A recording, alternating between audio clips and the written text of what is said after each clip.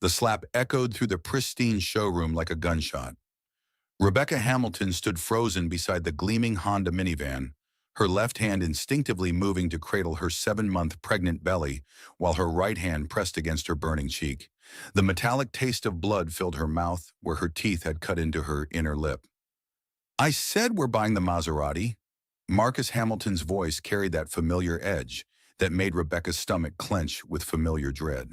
His designer suit remained perfectly pressed despite the violence he'd just unleashed, his salt and pepper hair still immaculately styled. To anyone watching, he looked like exactly what he was, a billionaire husband accustomed to getting his way. The Honda's practical interior, with its safety ratings and cup holders, seemed to mock her now. She'd thought maybe, just maybe, she could convince him that their growing family needed something sensible, something normal, something that said they were just regular people preparing for their first child together. She should have known better. "Sir, I'm going to have to ask you to leave immediately." The voice came from across the showroom floor, cutting through the stunned silence that had fallen over Metropolitan Luxury Motors. Rebecca looked up to see a tall woman in a navy business suit striding toward them, her auburn hair pulled back in a professional bun, her green eyes blazing with righteous fury. Marcus turned, his expression shifting from controlled anger to calculating assessment. "Excuse me. You heard me." The woman's voice remained steady, professional, but Rebecca could hear the steel underneath. "You just assaulted a pregnant woman in my showroom. I'm calling the police." Rebecca's heart hammered against her ribs as she watched the woman pull out her phone with practiced efficiency. There was something familiar about her face, something that tugged at memories Rebecca had tried to bury under years of Marcus's careful isolation. "Do you have any idea who I am?" Marcus stepped closer to the woman, using his height and presence the way he always did when someone dared to challenge him. "I could buy this entire dealership with what I spend on lunch." The woman looked up from her phone, meeting his gaze without flinching. "Actually, Mr. Hamilton, I know exactly who I'm dealing with. The question is, do you know who you're dealing with?" That's when Rebecca saw the name tag. Victoria Campbell Sullivan, General Manager. Tori. The recognition hit Rebecca like a physical blow. Her cousin Tori, who used to braid Rebecca's hair during summer visits to their grandmother's house. Tori, who had taught Rebecca how to throw a proper punch when they were 12, and the Jenkins boy wouldn't stop pulling her pigtails. Tori, who had been like a big sister until Rebecca's world had slowly, methodically shrunk to nothing but Marcus and his demands. "Tori?" Rebecca's voice came out as barely a whisper. Tori's expression softened for just a moment as their eyes met. "Hey, Becca, it's going to be okay." Marcus's head snapped between them, his pale blue eyes narrowing as he processed this new information. Rebecca could practically see his mind working, calculating this unexpected complication. "You two know each other?" His voice had gone dangerously quiet. "She's my cousin," Tori said simply, never taking her eyes off Marcus. "And if you ever lay another hand on her, you'll discover just how seriously I take family protection." The showroom had gone completely silent. Other customers had stopped their conversations, salespeople had abandoned their desks, and even the soft jazz playing over the speakers seemed muted. Bobby Kane, the young salesman who had been showing them the minivan, stood frozen beside the vehicle's open door, his face pale with shock. Rebecca felt the familiar panic rising in her chest. This was exactly the kind of scene Marcus hated, the kind of public attention that made him lose control in private later. She could already imagine the consequences, the locked doors, the cut phone lines, the careful bruises that never showed above the neckline of her conservative dresses. "Marcus, please," she started, but Tori held up a hand. "No, Becca, don't you dare apologize for his behavior." Tori's phone was already dialing. "Yes, I need to report a domestic violence incident at Metropolitan Luxury Motors on 5th Street. The perpetrator is still on scene." Marcus's perfectly controlled facade finally cracked. "You have no idea what you've just done," he hissed at Tori. "I will destroy you. I will destroy this place.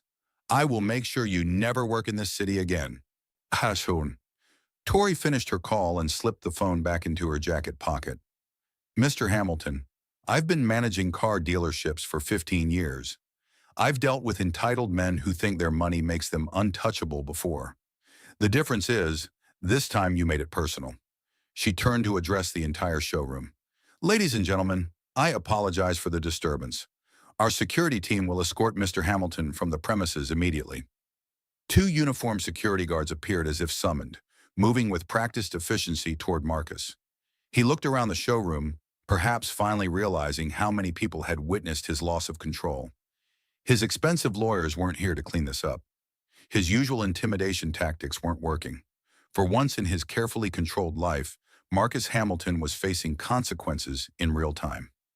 "This isn't over," he said quietly to Rebecca, and she felt the familiar chill of his threats settle over her like a shroud. But Tori stepped between them. "Actually, it is. Security will escort you to your car. Any further contact with Rebecca goes through her attorney. Any attempts to return to this property will be considered trespassing." As the guards flanked Marcus, he straightened his tie and smoothed his jacket, rebuilding his composed exterior, even as his eyes promised retribution. "Rebecca, you'll come home with me now. We'll discuss this privately." For 22 months of marriage, those words would have sent Rebecca scrambling to obey, to minimize the damage, to somehow find a way to make this her fault so Marcus's anger would be justified and therefore controllable. But something had changed in the last 5 minutes. Maybe it was seeing Tori again, remembering what it felt like to have someone stand up for her. Maybe it was the shock of having witnesses to Marcus's behavior, people who couldn't be bought or intimidated into silence. Maybe it was the protective instinct she felt for the baby growing inside her, the fierce maternal love that had been steadily growing stronger than her fear. "No," Rebecca said quietly. The words seemed to echo in the sudden silence. Marcus stared at her as if she'd spoken in a foreign language. "What did you say?" "I said no." This time her voice was stronger. "I'm not going home with you." The security guards moved closer as Marcus's face flushed red with rage. For a moment, Rebecca thought he might strike her again. Consequences be damned. But the approaching sound of sirens seemed to break whatever spell had held him. "You'll regret this, Rebecca," he said softly, and she knew he meant every word. "Both of you will regret this more than you can possibly imagine." Then he was gone, escorted from the building, while the other customers watched with undisguised curiosity and whispered conversations began to buzz around the showroom. Tori immediately moved to Rebecca's side, gently taking her arm. "Are you hurt? Do you need medical attention?" Rebecca shook her head, though her cheek still throbbed and she could feel it beginning to swell. "I'm okay. The baby's okay." She paused, looking into her cousin's familiar green eyes. "Tori, I can't believe it's really you." "Believe it, honey. And I'm not going anywhere this time." Tori's voice carried a promise that Rebecca desperately wanted to trust. "But we need to get you checked out, just to be safe. My sister Sarah is an obstetrician at General Hospital. She'll take good care of you." As if on cue, the police sirens grew louder, and Rebecca felt a new kind of fear settle in her chest. She'd spent so long living in Marcus's carefully controlled world that the idea of involving outside authorities felt terrifying and liberating in equal measure. "Tori," she whispered urgently, "you don't understand what he's capable of. The things he can do to people who cross him. He'll come after you, your family, your job. Let him try." Tori's smile was sharp and determined. "He's not the only one with resources, Becca, and he's definitely not the only one who understands how to fight dirty when it comes to protecting family." The police cars pulled into the parking lot, their red and blue lights painting the showroom windows in shifting colors. Rebecca watched them approach and felt something she hadn't experienced in almost 2 years. Hope. Maybe, just maybe, this nightmare could finally end. But as Tori squeezed her hand reassuringly, Rebecca couldn't shake the memory of Marcus's parting words. She knew her billionaire husband better than anyone, knew how his mind worked when his control was threatened. This wasn't the end of anything. This was just the beginning of a war. "You have no idea who you're dealing with, lady. Summerny." Marcus's words still echoed in Tori's mind an hour later, as she sat in the dealership's security office, watching the digital footage for the third time. The high-definition cameras had captured everything. Marcus's controlled approach, Rebecca's hesitant explanation about needing a family vehicle, the moment his facade cracked, and the sharp sound of palm meeting flesh. Detective James Sullivan leaned forward in his chair, studying the timestamp with professional interest. Clean footage, multiple angles. This'll hold up in court, no problem. Tori felt a familiar surge of gratitude for her husband's calm competence. Even after 8 years of marriage, James still had the ability to make chaotic situations feel manageable with his steady presence and analytical mind. What about his threats afterward? Tori asked, rewinding to show Marcus's parting words to both her and Rebecca. Intimidation of witnesses, criminal threats. We can add those to the domestic assault charges. James made notes in his small leather notebook, the same one he'd carried since his detective promotion 5 years ago. The question is whether Rebecca will press charges. Through the office window, Tori could see Rebecca sitting in the showroom's customer lounge, clutching a cup of tea with both hands while Bobby Kane hovered nearby, clearly shaken by what he'd witnessed. The young salesman had been working at Metropolitan Luxury for only 6 months, and Tori suspected this was his first exposure to the darker side of their affluent clientele. She's terrified, James. You should have seen her face when he told her to come home with him, like a trapped animal. James closed his notebook and studied his wife's expression. After nearly a decade together, he knew that particular look, the one she got when someone threatened her family. He'd seen it twice before. Once when a drunk driver had hit their nephew's school bus, and once when a contractor had tried to swindle Tori's elderly parents out of their retirement savings. Tell me about your cousin. How long has it been since you've seen her? Tori pulled up Rebecca's Facebook profile on her computer, scrolling through the carefully curated posts that painted a picture of perfect marital bliss.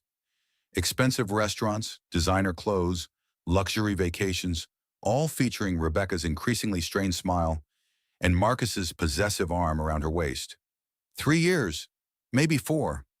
She gradually stopped coming to family gatherings after she married him, always had some excuse. Marcus had business trips, social obligations, headaches. Tori's voice grew bitter. I thought she'd just gotten swept up in her new wealthy lifestyle. I never imagined. She stopped, studying a photo from Rebecca's wedding. Her cousin looked radiant in an elaborate gown that probably cost more than most people's cars, but her smile seemed brittle around the edges. Marcus stood beside her in perfect formal wear, his hand resting possessively on her lower back. Look at this, Tori pointed to the screen.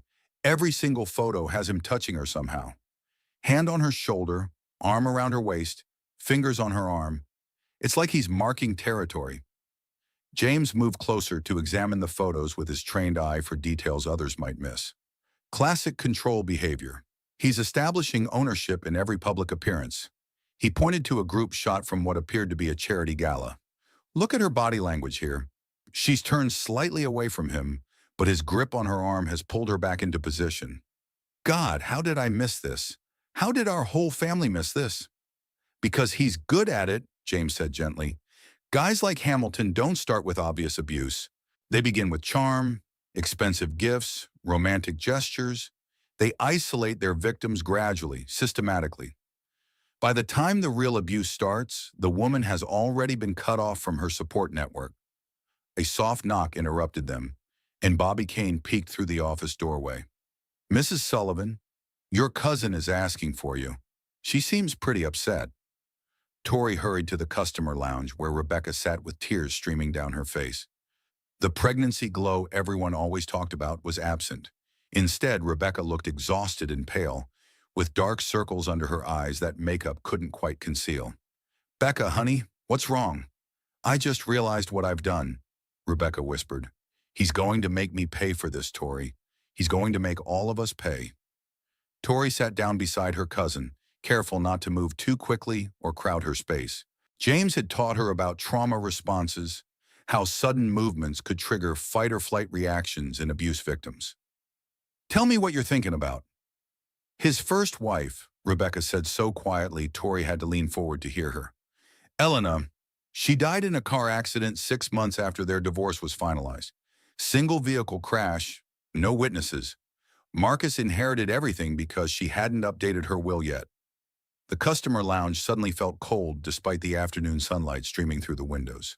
Tori exchanged a quick glance with James, who had been listening from the doorway.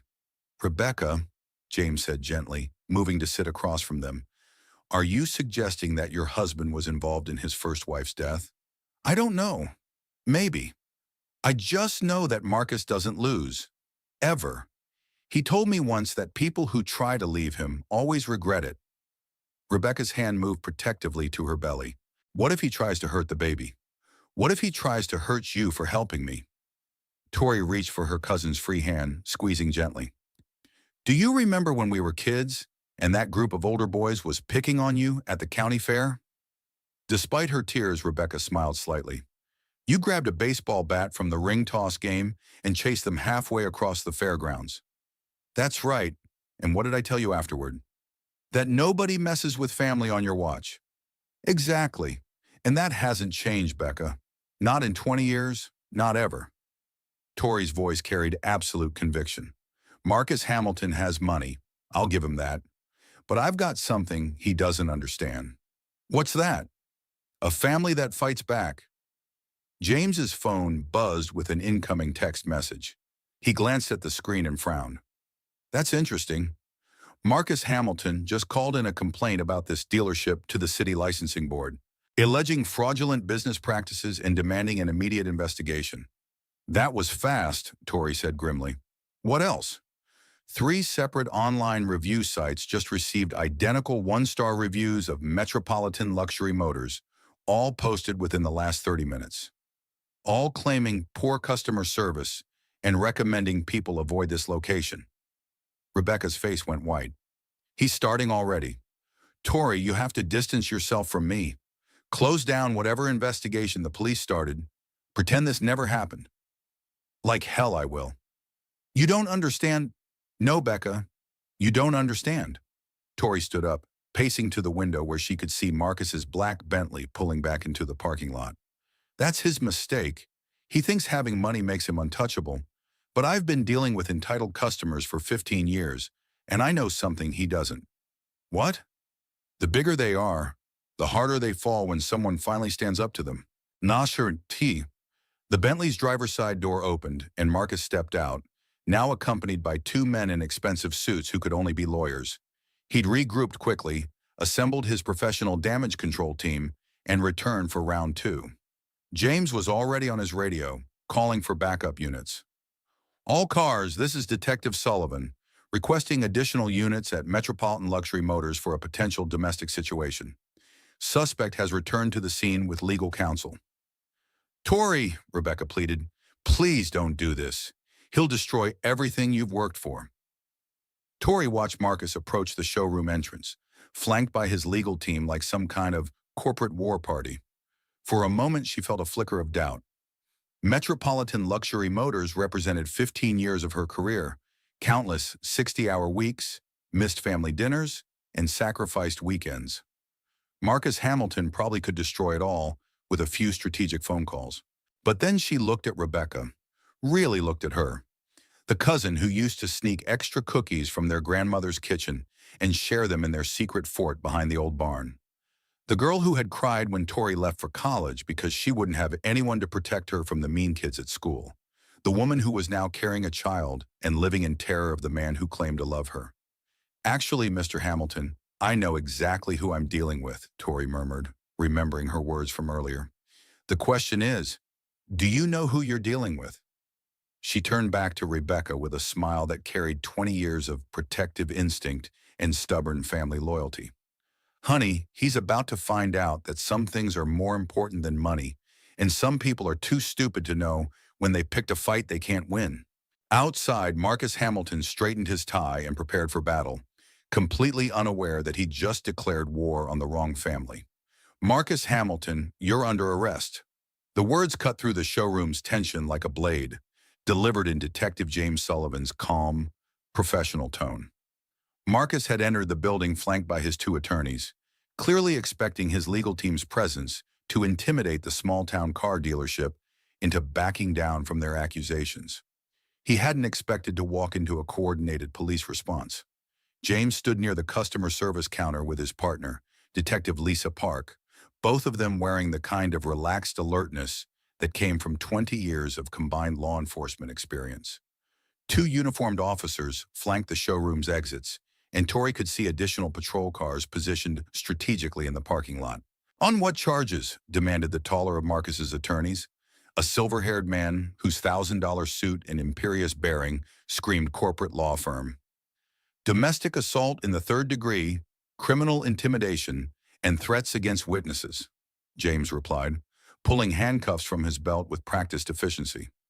Turn around, Mr. Hamilton. This is ridiculous, Marcus said, but Tori noticed his voice had lost some of its earlier authority. I barely touched her. It was a private marital dispute that got slightly out of hand. Detective Park stepped forward, her dark eyes sharp with professional skepticism. Sir, we have security footage showing you striking a pregnant woman with sufficient force to leave visible marks. We have multiple witnesses, including trained security personnel. And we have recorded threats against both the victim and the establishment's management. Which makes this very much not a private matter, James added, moving behind Marcus. Hands behind your back, please. The silver-haired attorney moved to intercede. Detective, my client is worth approximately $800 million. He has extensive business interests in this community, employs over 3,000 people locally, and sits on the boards of 4 major charities. Surely we can handle this situation with appropriate discretion. James paused in his arrest procedure to meet the lawyer's gaze directly. Sir, I don't care if your client is worth $8 billion. In the state of Colorado, domestic violence is a mandatory arrest offense. When we have clear evidence of assault against a pregnant victim, discretion means doing our jobs properly. He resumed cuffing Marcus with smooth efficiency. You have the right to remain silent. Anything you say can and will be used against you in a court of law. You have the right to an attorney. This is a mistake, Marcus interrupted, his composure finally beginning to crack. A huge mistake. Do you have any idea what I can do to your career? What I can do to this entire department? Detective Park stepped closer, her voice carrying the kind of quiet authority that made seasoned criminals reconsider their life choices. Mr. Hamilton, I strongly advise you to listen to your Miranda rights instead of making additional threats against law enforcement officers. We tend to take those very seriously. While James finished the arrest procedure, Tori moved to where Rebecca sat in the customer lounge. Her cousin had watched the entire scene with a mixture of relief and terror, one hand pressed protectively against her belly, the other gripping the armrest of her chair until her knuckles showed white. How are you holding up? Tori asked softly. I can't believe this is really happening, Rebecca whispered. In 2 years of marriage, no one has ever... She stopped, shaking her head. He's going to be so angry, Tori. When he gets out, when his lawyers fix this, he's going to be furious. When he gets out, he'll have learned that there are consequences for his actions. Dr. Sarah Campbell arrived just as Marcus was being escorted to the patrol car, her medical bag in hand and her auburn hair pulled back in a neat ponytail that made her look remarkably like her older sister. Tori had called her 20 minutes earlier, knowing Rebecca needed medical attention, but suspecting she wouldn't go to a hospital emergency room where Marcus might have contacts or influence. Becca? Sarah approached with the gentle manner that made her one of the most requested obstetricians in the city. I'm Sarah Campbell, Tori's sister. I understand you've had a difficult afternoon. Rebecca looked up at the doctor with obvious relief. Having medical attention from someone connected to Tori felt safer than trusting unknown hospital staff who might report back to Marcus. The baby, Rebecca said urgently. Is the baby okay? He hit me pretty hard and I felt some cramping afterward. Let's find out. Can we use your office? Sarah asked Tori, who immediately led them toward the management suite. As they walked past the windows overlooking the parking lot, Rebecca could see Marcus's black Bentley being impounded, while his attorneys gestured angrily at the uniformed officers. The sight of her billionaire husband in handcuffs, surrounded by police cars, felt surreal and terrifying in equal measure. Dr. Campbell, Rebecca said as Sarah began her examination, there's something else you need to know. Something Marcus doesn't know about the pregnancy. Tori looked up from where she'd been giving Rebecca privacy by reviewing paperwork at her desk. What do you mean? Rebecca's face flushed with shame and fear. The baby isn't Marcus's. The words hung in the air like a ticking bomb. Sarah's hand stilled for a moment before she continued her gentle examination, but Tori could see the implications racing across her sister's face. How certain are you? Sarah asked clinically. Completely certain. Marcus tracks my cycle obsessively. He has for months. He wants children, but only when he decides the timing is optimal for his business schedule and public image. Rebecca's voice grew bitter. But there was a weekend in March when he was in Switzerland on business. An old friend came to town, someone I knew before I married Marcus. Michael Torres, Rebecca continued, her voice barely audible. We went to high school together, dated senior year. He was in Denver for a medical conference, and we met for coffee. Just coffee at first, but then we started talking about how different our lives had become and how isolated I'd been feeling. And it's okay, Tori said gently. You don't have to explain yourself to us. Some read up, but I do, because you need to understand why this changes everything. Tears began streaming down Rebecca's face. Michael died in a car accident 6 weeks later. A drunk driver ran a red light in Phoenix where he was doing his residency. He never knew about the pregnancy. Nobody knows except me. Sarah finished her examination and helped Rebecca sit up. The baby appears to be perfectly healthy. Heart rate is strong, movement is normal, and there's no sign of trauma from today's incident. But Becca, this information about paternity, Marcus is going to find out eventually. How? Blood type, genetic traits, timing of the birth if you go full term. Men who are controlling about reproduction tend to pay very close attention to those details. The office fell silent, except for the muffled sounds of the police activity outside. Tori could see her cousin's mind racing through the implications, calculating how this secret would affect Marcus's reaction when he discovered it. He'll kill me, Rebecca said simply. If he finds out this baby isn't his, if he realizes I had an affair, he'll actually kill me. Not divorce me, not just destroy my life financially. He'll kill me. No, he won't, Tori said firmly, because we're not going to let that happen. Her phone buzzed with a text message from James. Hamilton's being processed downtown. Lawyers demanding immediate bail hearing. How's Rebecca? Tori showed the message to her sister, who frowned thoughtfully. Becca, I need to ask you something, and I need you to be completely honest. Has Marcus ever hurt you before today?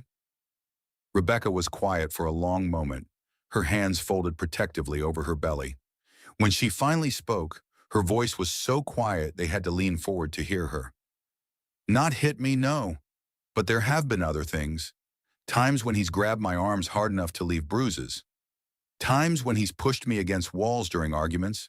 Once he held me underwater in our swimming pool because I contradicted him in front of his business partners. Sarah's expression grew grim. That's attempted murder, Becca. Domestic violence isn't just hitting. It's any pattern of behavior designed to control, intimidate, or harm. I kept telling myself it wasn't that bad because he never actually punched me, because he was always careful not to leave marks that would show, because he'd apologize afterward and buy me expensive gifts. Tori felt a surge of rage so intense it made her dizzy. Her sweet, gentle cousin had been living in terror while their entire family assumed she was just busy with her new wealthy lifestyle. Why didn't you reach out? Why didn't you tell someone? He monitors my phone, my email, my social media. He has tracking apps on everything. He knows where I go, who I talk to, how long I'm gone. Rebecca's voice carried the flat exhaustion of someone who had given up fighting. And he made it clear what would happen to anyone who tried to help me. What do you mean? He showed me articles about his business competitors who had crossed him, companies that went bankrupt overnight, executives who lost their jobs mysteriously, families who had to move out of state because of sudden financial problems. Rebecca met Tori's eyes. He said that's what happens to people who interfere with his personal life. Sarah packed up her medical bag with sharp, efficient movements. Tori, we need to call a family meeting, tonight, at your house. Why? Because Becca can't go home, and Marcus will be out on bail by morning. We need a protection plan, and we need it fast. Through the office window, they could see Marcus's impounded Bentley being loaded onto a tow truck, while crime scene technicians photographed the showroom where the assault had occurred. For the first time in 2 years, Marcus Hamilton's perfect control had been shattered by consequences he couldn't buy his way out of. But as Tori watched the tow truck drive away, she couldn't shake the feeling that today's victory was just the opening move in a much longer, more dangerous game. Becca, she said quietly, there's something else you need to know about the pregnancy. Something I found in your medical records that Marcus doesn't know about. The baby isn't Marcus's. Dr. Sarah Campbell's words hung in the air of Tori's living room, like smoke from a fire that couldn't be contained. The emergency family meeting had assembled quickly. Tori and James, Rebecca with an overnight bag, hastily packed while Marcus was still being processed downtown, and now Sarah with medical records that changed everything. I ran a more thorough examination after what you told me this afternoon, Sarah continued, spreading prenatal charts across the coffee table. Based on fetal development, crown to rump length, and other growth markers, conception occurred approximately 28 weeks ago. That puts us in mid-March. Rebecca sat curled in the corner of Tori's sectional sofa, wrapped in an oversized sweater that belonged to James, looking younger than her 30 years. March 15th weekend. Marcus was in Switzerland for the pharmaceutical acquisition meetings. And that's when you saw Michael Torres, Tori said gently. We met Saturday afternoon for coffee at the little place on 16th Street Mall, the one where we used to go when we were dating in high school. Rebecca's voice carried the weight of complicated grief. We talked for hours about how different our lives had become. He was doing his emergency medicine residency in Phoenix, working 100-hour weeks. But he seemed so passionate about helping people. So alive. Sarah made notes on her tablet. What happened next? He asked if I was happy in my marriage, and I started crying right there in the coffee shop because I couldn't remember the last time anyone had asked me that question.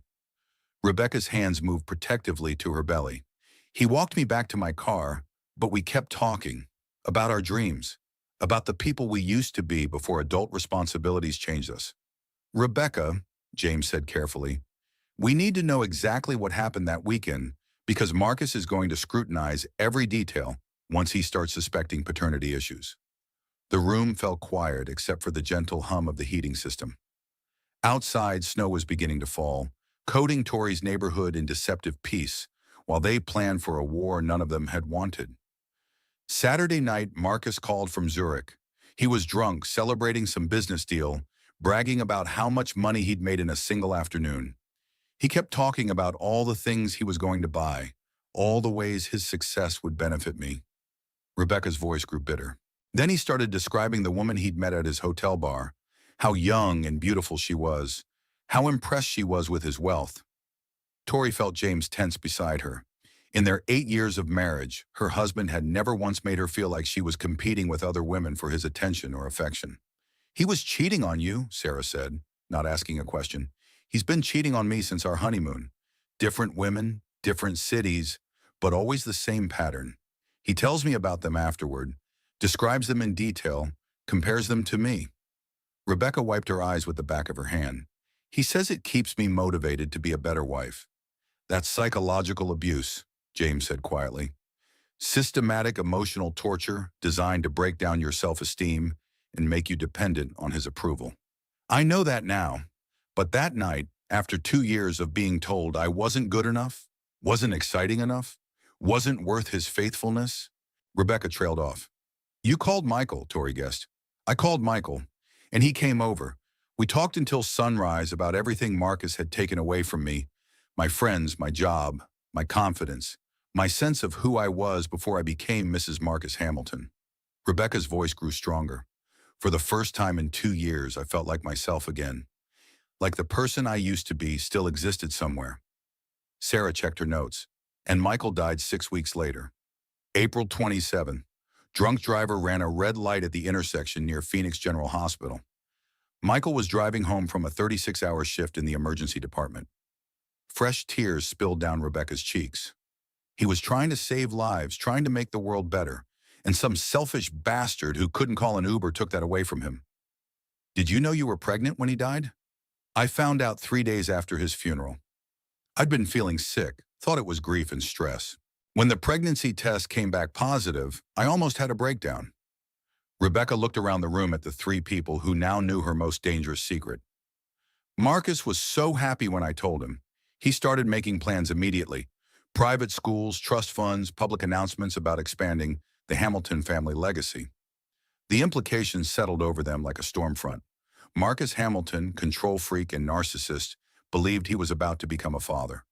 The child would be his heir, his legacy, his genetic continuation. When he discovered the truth, and men like Marcus always discovered the truth eventually, his rage would be nuclear. How long do we have? Tori asked. Sarah consulted her medical charts.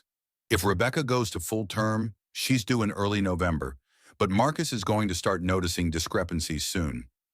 Blood type incompatibilities, genetic traits that don't match his family line, maybe even requesting paternity tests for insurance or legal purposes. I don't know. Or he might demand genetic testing just to satisfy his need to control everything, James added grimly. Men who track their wives' menstrual cycles aren't usually the type to simply trust paternity claims. Rebecca stood up abruptly, pacing to the living room window, where she could see the peaceful suburban street beyond. Tori's neighborhood represented everything Marcus's world wasn't. Ordinary people living normal lives without bodyguards or surveillance or the constant fear of public scandal. Maybe I should just disappear, Rebecca said quietly. Leave the state, start over somewhere he can't find me. With what money? Tori asked gently. What resources? Marcus controls all your finances, right? Everything. Credit cards, bank accounts, even my cell phone plan. He gives me an allowance for household expenses, but he reviews every purchase. I haven't had independent access to money in almost 2 years. James pulled out his phone and scrolled through his contacts. I know someone who might be able to help. Grace Mitchell. She's a family law attorney who specializes in domestic violence cases. She's helped other women escape situations like yours. Can we trust her? She's been my mom's best friend since college. She knows how to handle high-profile divorce cases where one spouse has significantly more resources than the other. Sarah packed up her medical files with practiced efficiency. I'm going to set you up with a new obstetrician, someone Marcus doesn't know, someone who understands the sensitivity of the situation. Dr. Jennifer Walsh at Community Medical Center. She's helped other women in similar circumstances. Similar circumstances? Women whose pregnancies put them in danger from abusive partners. Women who needed medical care outside their usual social circles. Women who needed doctors willing to keep certain information confidential. Tori felt a chill that had nothing to do with the December weather. How often does this happen?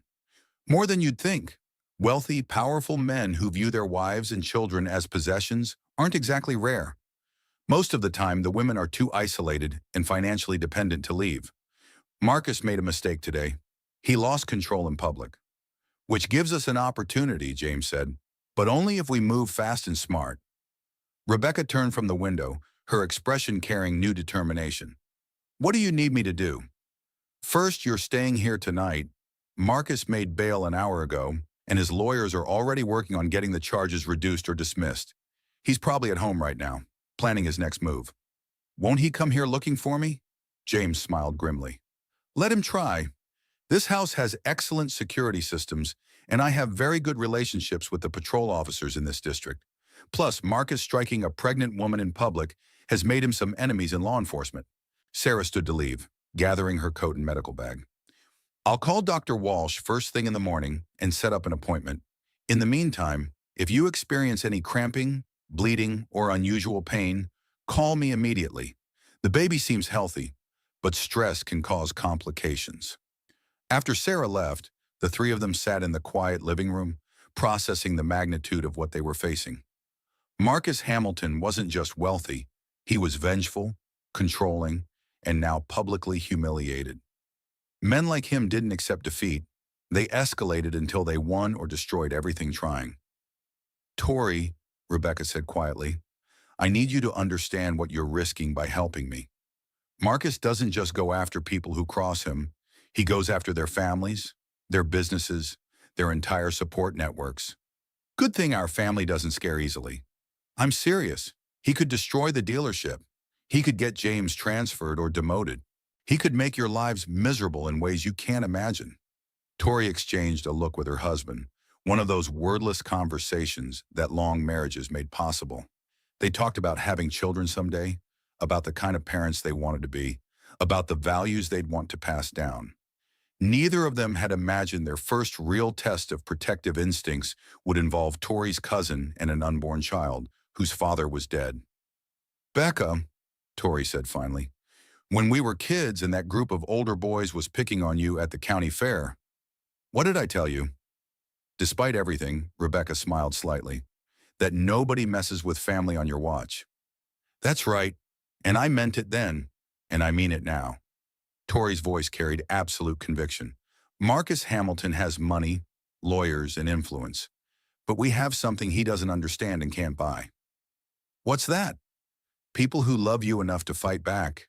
Outside, snow continued to fall on the quiet suburban street, but inside Tori's house, three people began planning for the kind of war that money couldn't win. The kind fought with family loyalty, stubborn courage, and the fierce determination to protect those who couldn't protect themselves. The battle for Rebecca's freedom was about to begin in earnest. We're getting you out. Tonight. Patricia Morrison's voice carried the same no-nonsense authority she'd used as a registered nurse for 35 years. The tone that had calmed panicked patients and intimidated uncooperative doctors in equal measure. Becca's mother stood in Tori's kitchen at 7 o'clock Tuesday morning, her silver hair pulled back in its customary neat bun, her blue eyes blazing with protective fury. "Mom, how did you—" Rebecca started. "Your cousin called me at 5 this morning. I drove straight through from Boulder." Patty set her purse down with decisive finality. "Daniel's driving down from Fort Collins. He'll be here within the hour." Rebecca felt a complicated mix of relief and terror at seeing her family mobilize so quickly. For 2 years, Marcus had systematically isolated her from everyone she loved, making family visits difficult and eventually impossible. Now her mother and younger brother were racing to her defense, and she wasn't sure whether to be grateful or terrified about what their involvement might cost them. "Mrs. Morrison," James said carefully, "you need to understand what we're dealing with here. Marcus Hamilton has significant resources and a history of retaliating against people who interfere with his personal life." Patty fixed the detective with a steady stare that had probably been perfected on unruly teenagers decades earlier. "Detective Sullivan, I raised 2 children as a single mother after my husband died in Iraq. I've dealt with bullies before, and I don't care how much money they have."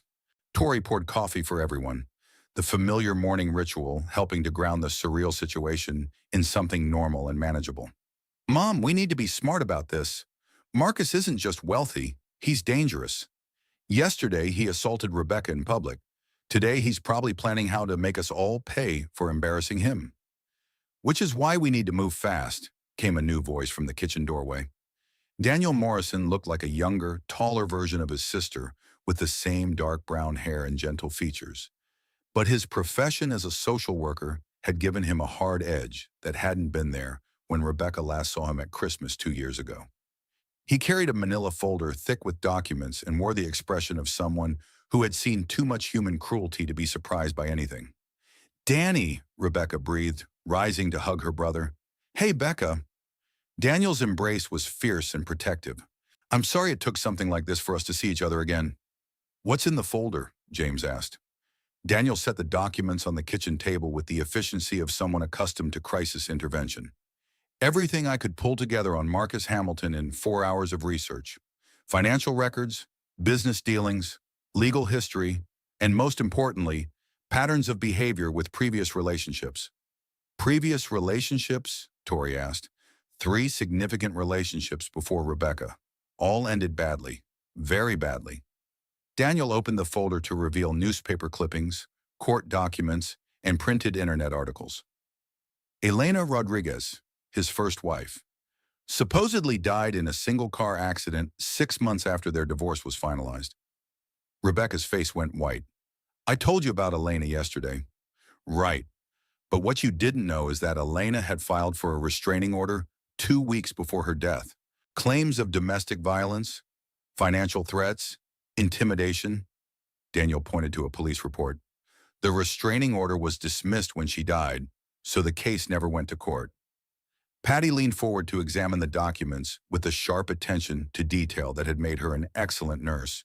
"What about the other relationships?" "Sarah Chen, a pharmaceutical researcher he dated for 8 months in 2021. She broke up with him and moved to Seattle. Within 6 months, she'd lost her job, her security clearance, and her professional reputation. Someone had leaked falsified research data claiming she was involved in academic fraud." "And the third woman?" "Jennifer Walsh. Yes, the same Dr. Walsh that Sarah Campbell recommended yesterday. She dated Marcus briefly in 2022 before she understood what kind of man he was. She ended the relationship, and suddenly her practice started getting anonymous complaints to the medical board, negative online reviews, and her malpractice insurance was canceled under suspicious circumstances. The kitchen fell silent as the implications sank in. Marcus's pattern wasn't just controlling behavior, it was systematic destruction of anyone who dared to reject or expose him. "How do you know all this?" James asked. "Because Dr. Walsh is one of the consulting physicians for our domestic violence intervention program. When I called her this morning and mentioned Rebecca's situation, she told me everything. She's been waiting years for someone to build a case against Marcus Hamilton." Rebecca sank into a kitchen chair, overwhelmed by the scope of her husband's vindictive nature. "He's going to do the same things to all of you. Your jobs, your reputations, your lives. He'll destroy everything." "Not if we get there first," Daniel said grimly. "Dr. Walsh has been documenting Marcus's pattern of retaliation for 3 years.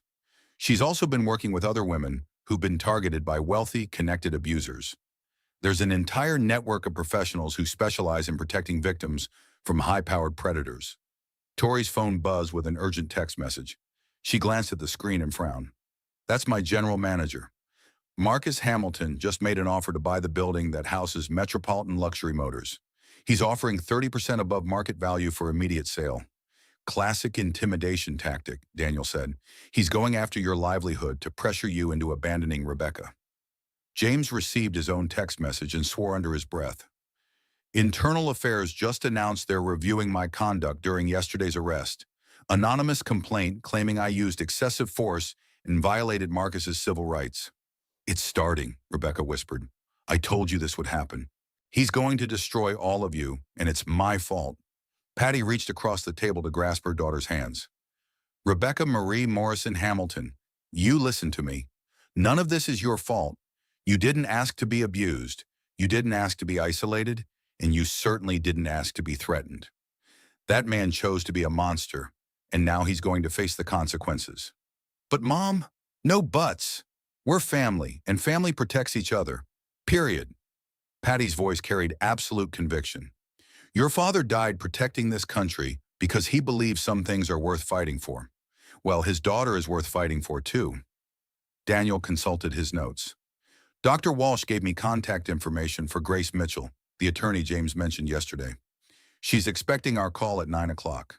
She specializes in high-asset divorce cases where there's domestic violence involved." "What about immediate safety?" Tori asked. "Marcus made bail last night. He could show up here, at the dealership, at Mom's house." "Already handled," James said. "I called in some favors. There are going to be extra patrols in this neighborhood, at your work location, and at Mrs. Morrison's address in Boulder. Unmarked cars, but visible enough that Marcus will know he's being watched." Rebecca felt something she hadn't experienced in 2 years, the sensation of being protected instead of controlled. Her family had mobilized with military efficiency, creating a network of support that Marcus's money couldn't simply buy away. "There's something else," Daniel said carefully. "Something you need to know about the pregnancy." Everyone turned to look at him. Rebecca felt her stomach clench with familiar fear. "Dr. Walsh ran some additional research after I told her about your situation. Rebecca, when Marcus finds out this baby isn't his biological child, you're going to be in mortal danger." "I know that already." "No, I don't think you understand how serious this is. Dr. Walsh has worked with 3 other women whose wealthy, controlling partners discovered paternity issues. One was hospitalized with mysterious poisoning. One disappeared entirely. The police never found her body. The third was killed in what was ruled a home invasion, but nothing was stolen." The kitchen fell completely silent except for the quiet hum of the refrigerator. Outside, normal suburban life continued. Neighbors leaving for work, children walking to school buses, delivery trucks making their rounds. Inside Tori's house, they were planning for a war that most people couldn't imagine. "How long do we have?" Patty asked. "Not long," Sarah Campbell's voice came from the kitchen doorway. Tori had given her a key years ago, and she'd let herself in through the garage entrance. "I've been thinking about this all night. Marcus is going to start asking questions soon. Medical questions, genetic questions, timeline questions." "What kind of questions?" "Blood type compatibility for starters. If the baby's blood type is incompatible with Marcus's, he'll know something's wrong. Then there are physical characteristics: hair color, eye color, facial features. Michael Torres was Hispanic, right? If the baby shows obvious Latino characteristics, Rebecca nodded miserably. Michael had beautiful dark eyes and olive skin. If the baby looks like him instead of Marcus. We need to move the timeline up, Daniel said decisively. Instead of waiting for Marcus to discover the truth, we need to get Rebecca to safety before he starts asking the right questions. Tori's phone rang, and she glanced at the caller ID with surprise. It's Grace Mitchell, she answered on speakerphone. Ms. Mitchell? Ms. Campbell Sullivan, I've been reviewing the situation with your cousin. I'm moving up our appointment. Can you all be at my office in 2 hours? Why the rush? Because Marcus Hamilton's legal team just filed for an emergency injunction claiming Rebecca is mentally unstable due to pregnancy hormones and needs to be committed for psychiatric evaluation. They're asking for immediate custody of the unborn child and claiming she's a danger to herself and the baby. Rebecca felt the room spin around her as the full scope of Marcus's counterattack became clear. He wasn't just retaliating against her family. He was trying to have her declared incompetent so he could maintain control of what he believed was his child. Can he do that? James asked. With enough money and the right medical experts, he can certainly try. And if he succeeds, Rebecca will be locked in a psychiatric facility while he gains legal custody of the baby. By the time she's released, if she's released, the child will be legally his, and she'll have no parental rights whatsoever. The war Marcus Hamilton had declared was escalating faster than any of them had anticipated. He's not just rich, he's dangerous. Grace Mitchell's law office occupied the top floor of a downtown Denver building with floor-to-ceiling windows that offered commanding views of the Rocky Mountains. But the elegant surroundings did nothing to soften the harsh reality she laid out for Rebecca and her family. Marcus Hamilton doesn't just have money, Grace continued, spreading legal documents across the polished conference table. He has the kind of wealth that purchases silence, cooperation, and blind loyalty. Judges who depend on his political contributions, police officers whose pension funds are invested in his companies, medical professionals who rely on his charitable donations to keep their facilities running. Rebecca sat between her mother and Tori, trying to process the scope of what they were facing. The emergency psychiatric evaluation order lay in front of her, signed by a judge she'd never heard of, requesting that she be placed on an involuntary 72-hour hold for assessment of pregnancy-related mental health issues. Dr. Harrison Blackwood is the psychiatrist Marcus's team has chosen to conduct the evaluation, Grace said, pointing to the signature at the bottom of the form. He's testified in 12 previous cases involving wealthy men who needed their wives declared mentally incompetent. He's never found a woman competent to make her own decisions. Daniel leaned forward, his social worker instincts engaged. That's not legally possible. You can't just buy psychiatric evaluations. You'd be surprised what creative legal interpretation can accomplish when you have unlimited resources, Grace replied grimly. Dr. Blackwood will claim that Rebecca's accusations of domestic violence are pregnancy-induced paranoid delusions. He'll say her irrational behavior at the car dealership, meaning her refusal to obey her husband's commands, demonstrates that she's a danger to herself and her unborn child. James studied the documents with professional interest. What's the timeline on this? The hearing is scheduled for tomorrow morning at 9 o'clock. If the judge grants the order, Rebecca will be taken directly from the courthouse to Mountain View Psychiatric Facility for evaluation. Mountain View, Patty said with recognition. That's a private facility, isn't it? Owned by Hamilton Medical Enterprises, one of Marcus's subsidiary companies, Grace confirmed. Once Rebecca is inside that facility, Marcus will have complete control over her medical care, her communication with the outside world, and the conditions of her treatment. The conference room fell silent as everyone processed the implications. Rebecca felt the familiar panic rising in her chest, the same suffocating sensation she'd experienced countless times during her marriage, when Marcus's control tightened around her like a noose. There has to be something we can do, Tori said desperately. There is, but it's risky, Grace replied. We can fight the psychiatric hold by demanding an independent evaluation from a doctor of our choosing. But that means staying in Denver, going to court, and giving Marcus multiple opportunities to escalate his attacks on all of you. What's the alternative? Rebecca disappears. Tonight, we have contacts in other states, attorneys, social workers, medical professionals who specialize in relocating domestic violence victims. New identity, new location, complete separation from Marcus and his resources. Mashir Urim. Rebecca looked around the table at her family. Her mother, who had driven through the night to protect her. Her brother, who had abandoned his work to research her situation. Her cousin, who had risked everything to stand up for her. James, who was facing internal affairs investigation for doing his job properly. I can't ask all of you to sacrifice your lives because I made the mistake of marrying a monster. You didn't make a mistake, Daniel said firmly. You were targeted by a predator who specializes in isolating and controlling vulnerable women. That's not your fault. Grace pulled out another folder, this one containing photographs and documents that made Rebecca's blood run cold. These are Marcus's previous targets: Elena Rodriguez, Sarah Chen, Jennifer Walsh, and 3 other women whose names never made it into court records. The photographs showed women at various stages of their relationships with Marcus. Early pictures with genuine smiles and bright eyes, later images showing the telltale signs of chronic stress, fear, and isolation that Rebecca recognized from her own mirror. What happened to them? Elena is dead. Sarah lost her career and moved across the country. Jennifer survived his retaliation and now helps other women escape similar situations. The other 3? Grace's voice trailed off. Let's just say they learned to stay silent. Tori's phone buzzed with an urgent text message. She read it and swore. Metropolitan Luxury Motors just lost its primary financing arrangement. The bank called an hour ago and demanded immediate repayment of our floor plan loans. They're claiming we violated some technical provision in the lending agreement. Marcus owns significant shares in that bank, Grace said matter-of-factly. This is how he operates. Systematic pressure on every aspect of his target support network until they collapse or submit. James received his own notification and shook his head grimly. Internal Affairs just expanded their investigation. Now they're claiming I've been involved in a pattern of excessive force, complaints, and abuse of authority.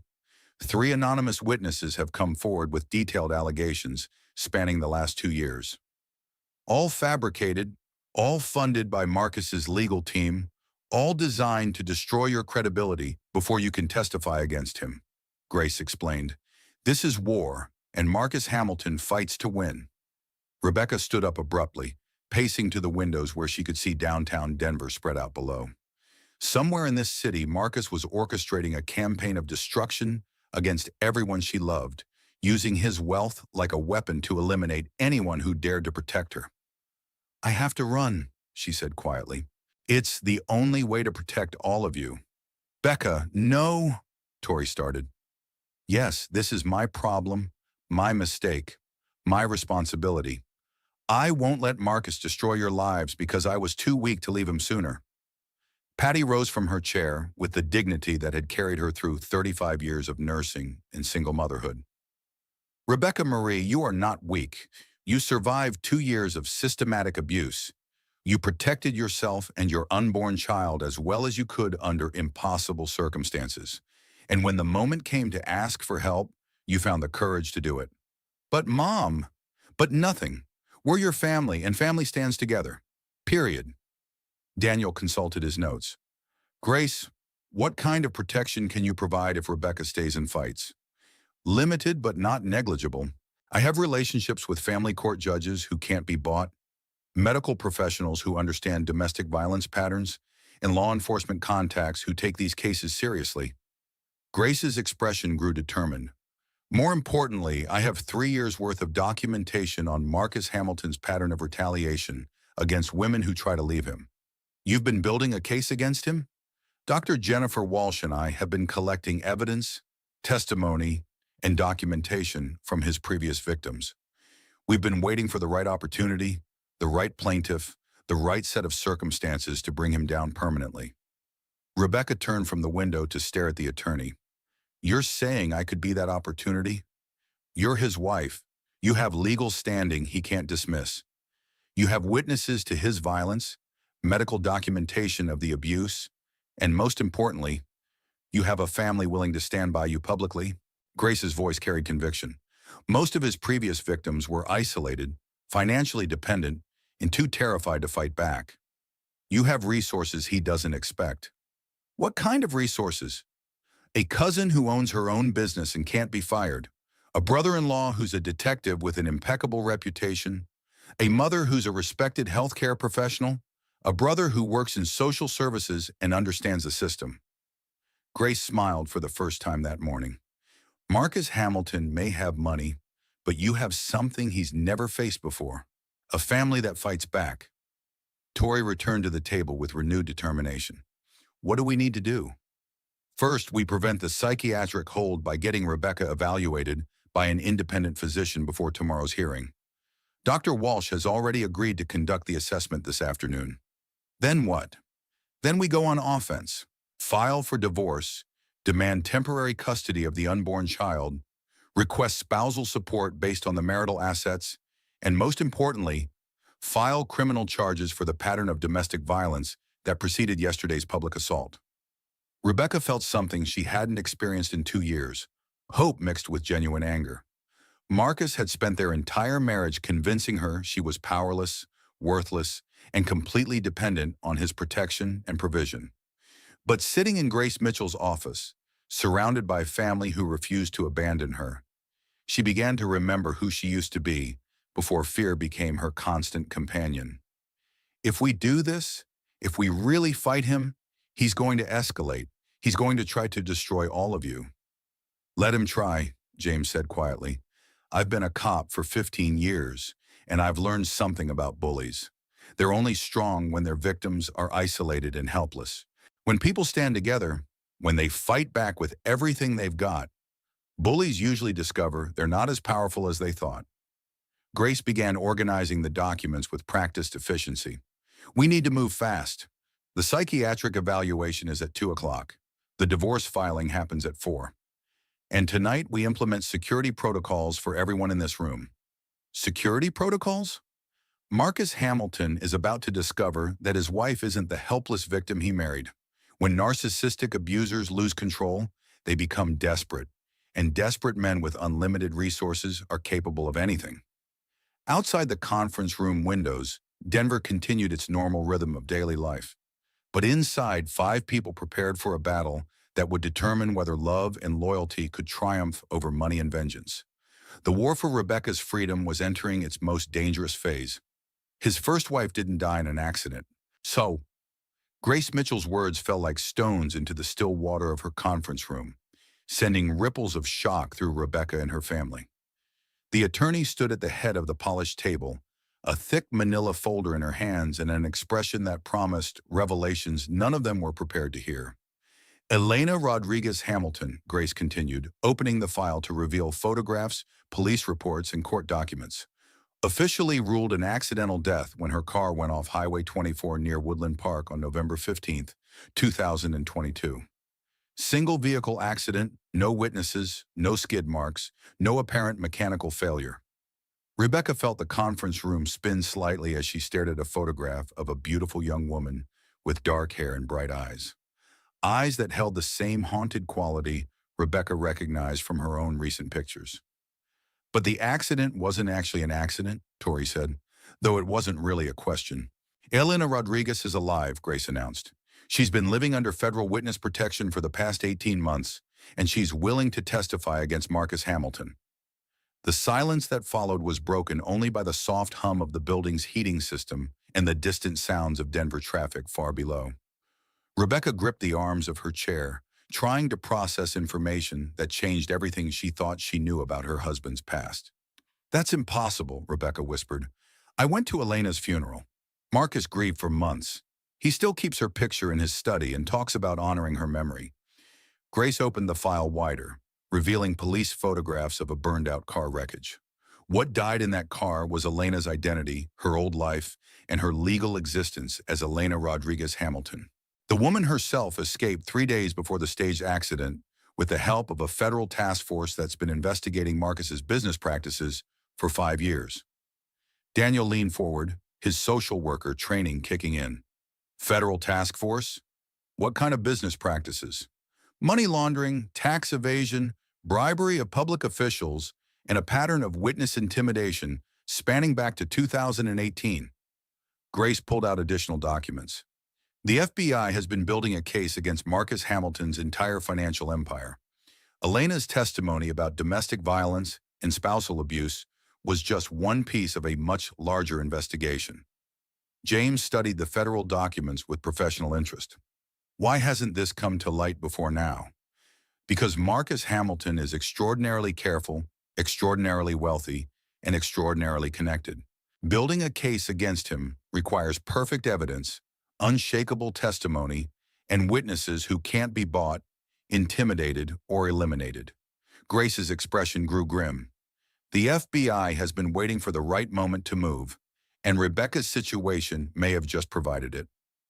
Patty Morrison had remained quiet throughout these revelations, but now she spoke with the kind of calm that came from 35 years of handling medical emergencies. Where is Elena now? Safe house in Oregon. She's been working with federal prosecutors to document Marcus's pattern of abuse, financial manipulation, and retaliation against women who try to leave him. Grace consulted her notes. She wants to meet with Rebecca. Why? Because you're in danger, honey, came a new voice from the conference room doorway. Everyone turned to see a petite woman with dark hair and brown eyes, wearing jeans and a simple sweater that couldn't disguise the wariness in her posture. She looked like someone who had learned to be constantly alert, to always know where the exits were, to trust no one completely.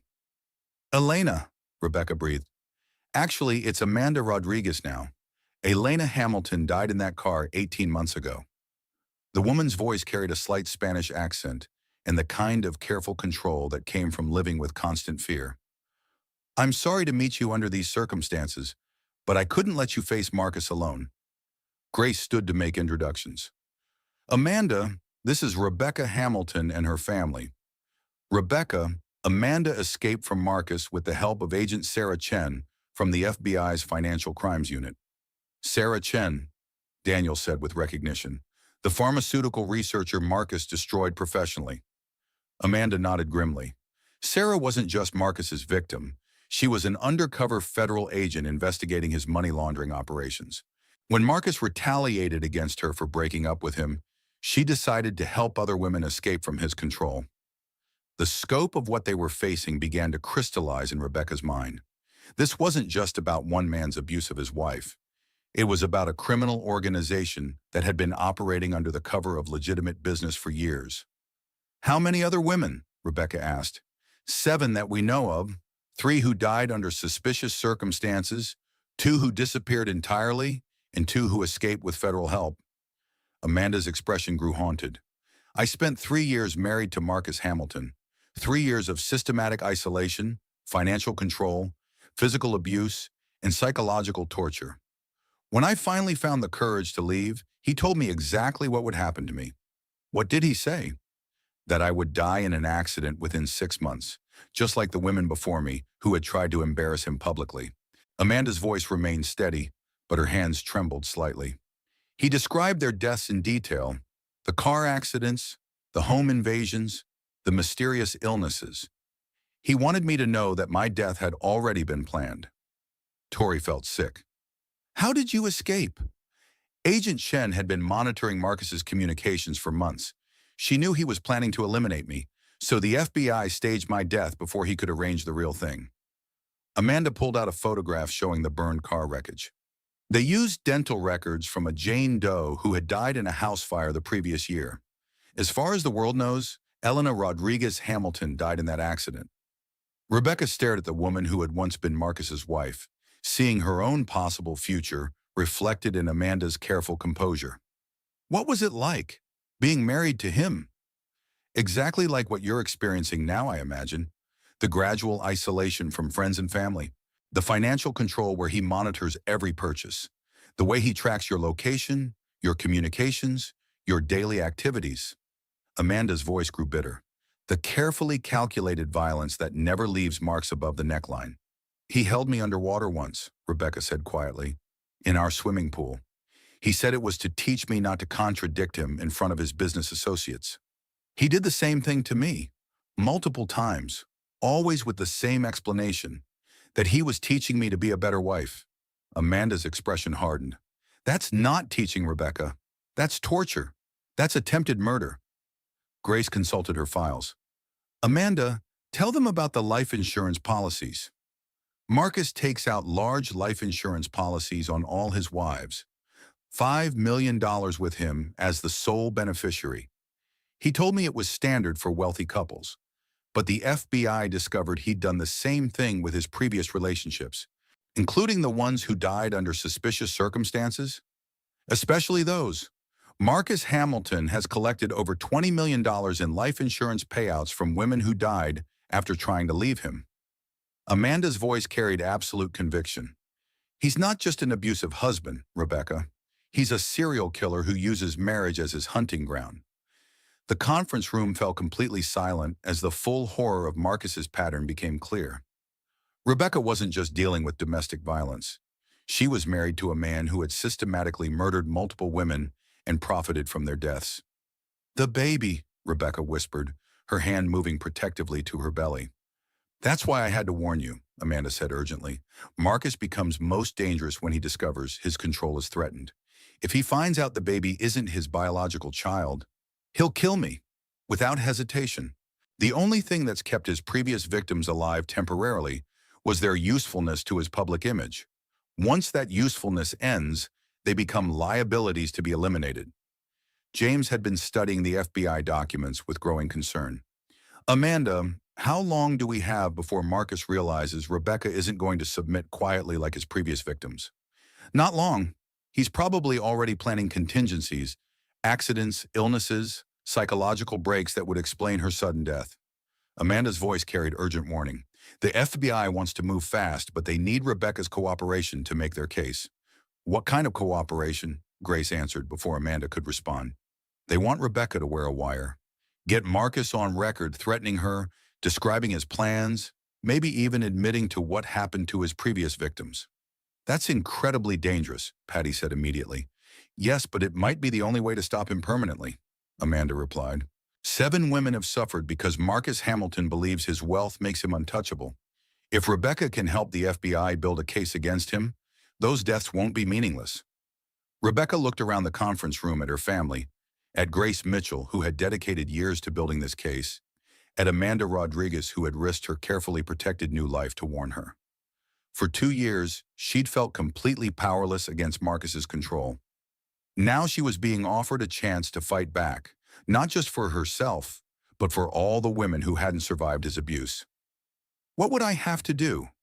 Meet with him, publicly, safely, with full FBI surveillance. Let him think he's regained control, then guide the conversation toward his threats against you and your family. Amanda's expression grew determined. Make him angry enough to tell the truth about what he's capable of. And if something goes wrong, then federal agents will arrest him immediately, even if it means sacrificing the investigation for your safety, Grace assured her. Rebecca closed her eyes and thought about Michael Torres, the gentle man whose child she carried. Michael had dedicated his life to saving people, to making the world safer and better. If she could honor his memory by stopping Marcus from hurting anyone else, maybe his death would have some meaning. "When do we do this?" Amanda smiled for the first time since entering the room. "Tomorrow afternoon, at the same car dealership where this all began. It's time to finish what Marcus started. I can help you disappear the way I did." Amanda Rodriguez sat in Tori's living room at 9 o'clock that evening, flanked by 2 federal agents whose presence transformed the suburban house into something resembling a command center. Special Agent Sarah Chen, the same pharmaceutical researcher Marcus had tried to destroy professionally, spread surveillance equipment across the coffee table, while Agent Michael Torres from the FBI's Domestic Violence Task Force reviewed security protocols. The irony of Agent Torres sharing a name with Rebecca's deceased lover wasn't lost on anyone, but Rebecca found strange comfort in the coincidence. It felt like Michael was somehow still protecting her, even from beyond death. "The wire is virtually undetectable," Agent Chen explained, holding up a device no larger than a button. "It transmits to receivers positioned throughout the car dealership and will have agents stationed as customers, salespeople, and security personnel. Rebecca examined the tiny microphone, trying to imagine herself sitting across from Marcus while wearing it, guiding their conversation toward topics that might get her killed if he discovered what she was doing. "What exactly am I supposed to get him to admit?" she asked. Agent Torres consulted his notes. "Threats against you or your family, acknowledgement of his previous pattern of retaliation against women who left him, and, if possible, any direct admissions about Elena Rodriguez's supposed death. He's too smart to confess to murder on tape." "Maybe," Amanda said quietly, "but Marcus's greatest weakness is his ego. When he thinks he's won, when he believes he has complete control, he likes to explain exactly how clever he's been. He wants his victims to understand the full scope of his power." Tori brought coffee for everyone, her hands shaking slightly as she processed what they were planning. What if something goes wrong? What if Marcus realizes Rebecca is recording him? "Then we abort immediately," Agent Chen said firmly. "Rebecca's safety is our first priority. We'll have agents positioned to intervene within seconds if the situation becomes dangerous." James studied the surveillance equipment with professional interest. "What about afterward? If this works, if you get the evidence you need, what happens to Rebecca and her family?"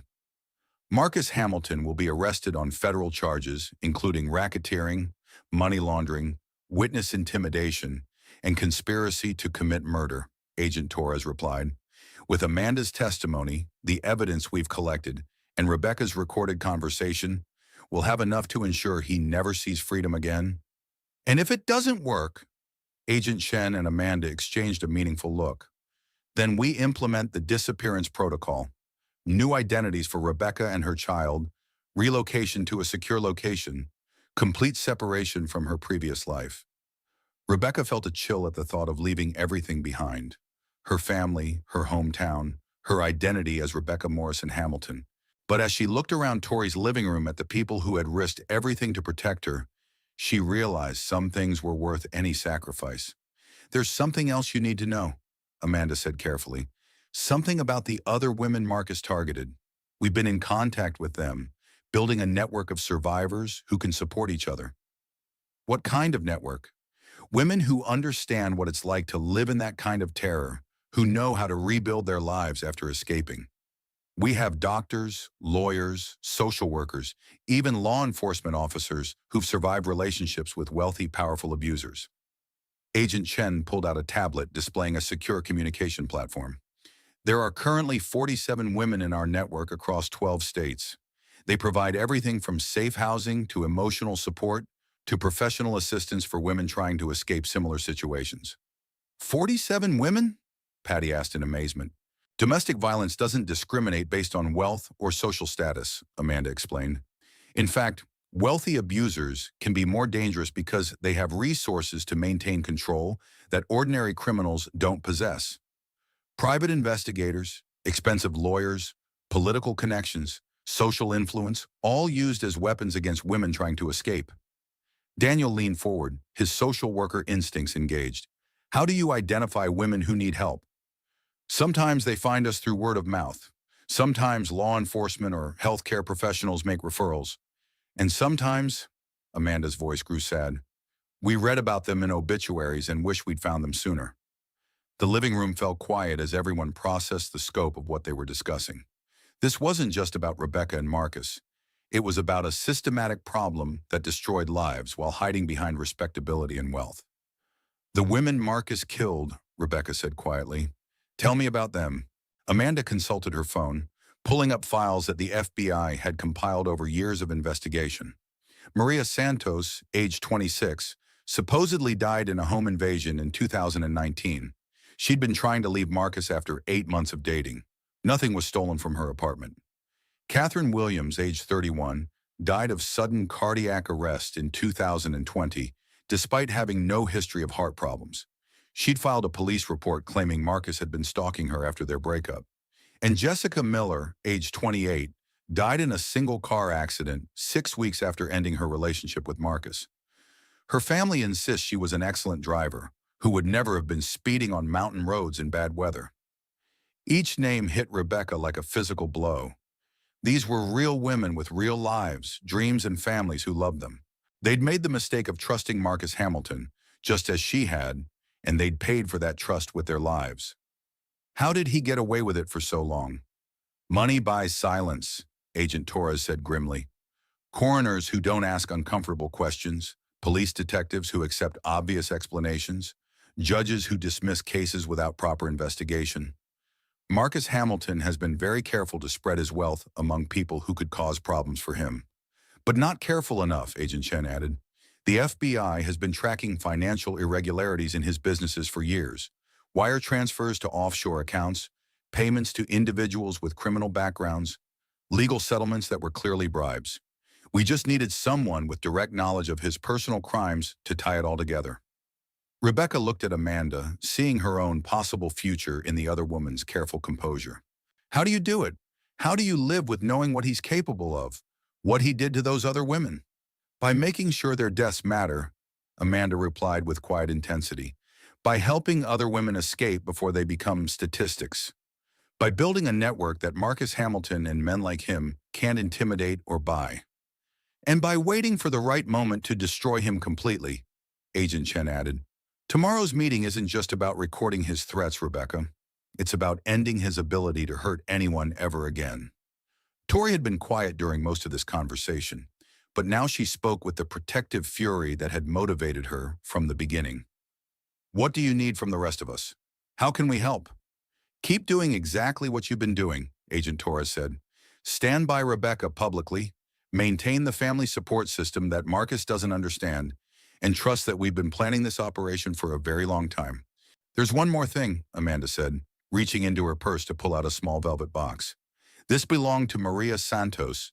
She was wearing it when she died, and her family gave it to me after they learned the truth about Marcus. She opened the box to reveal a delicate silver necklace with a small cross pendant. All of us wear something to remember the women who didn't survive, a reminder of why this fight matters. Rebecca took the necklace with trembling hands, feeling the weight of 7 women's lives in the simple jewelry. I'll wear it tomorrow, when I face Marcus. You won't be facing him alone, Amanda promised. Every woman in our network will be there with you in spirit. Every federal agent will be ready to protect you, and every person in this room will be fighting for you. Agent Chen began packing up the surveillance equipment as the meeting wound down. Rebecca, I need you to understand something. Tomorrow will probably be the most dangerous thing you've ever done. Marcus Hamilton has killed women for far less than what we're asking you to do. I know, but it's also the most important thing you could possibly do. Not just for yourself, but for every woman who might become his target in the future. Rebecca fastened Maria Santos's necklace around her throat, feeling the silver cross settle against her skin like a promise. For 2 years, she'd been Marcus Hamilton's victim. Tomorrow she would become something he'd never faced before, a woman who refused to be silenced. Agent Chen, she said quietly, what time do we start? 2 o'clock tomorrow afternoon, Metropolitan Luxury Motors. And Rebecca? The agent's voice carried absolute conviction. We're going to end this. All of it. Outside Tori's house, Denver slept peacefully, unaware that in a suburban living room, 8 people had just planned the downfall of one of the city's most powerful men. The network of survivors had activated, federal agents were in position, and tomorrow would determine whether justice could triumph over wealth and violence. Marcus Hamilton was about to discover that some women fight back, and some fights can't be won with money.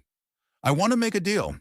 Rebecca's words carried across the pristine showroom of Metropolitan Luxury Motors, reaching Marcus Hamilton, where he sat in the customer service area, like a king holding court. 2 days had passed since his arrest, and he'd used every resource at his disposal to project an image of complete control despite the legal chaos swirling around him. He looked exactly the same, expensive suit perfectly tailored, silver hair immaculately styled, pale blue eyes calculating every advantage. But Rebecca could see something new in his expression, a sharp edge of desperation that he was trying very hard to hide. Rebecca, Marcus said, rising from his chair with the smooth grace of a predator, I was hoping you'd come to your senses. She'd chosen her outfit carefully, a simple blue dress that showed her pregnancy without emphasizing it, minimal makeup that didn't hide the fading bruise on her cheek, and Maria Santos's silver cross necklace visible at her throat.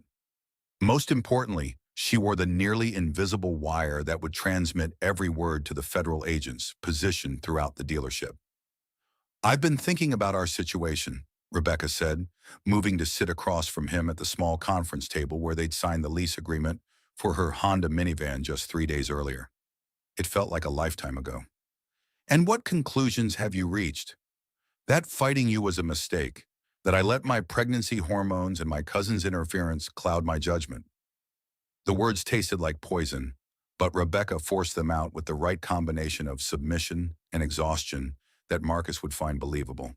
His expression softened slightly, the way it always did when he sensed victory.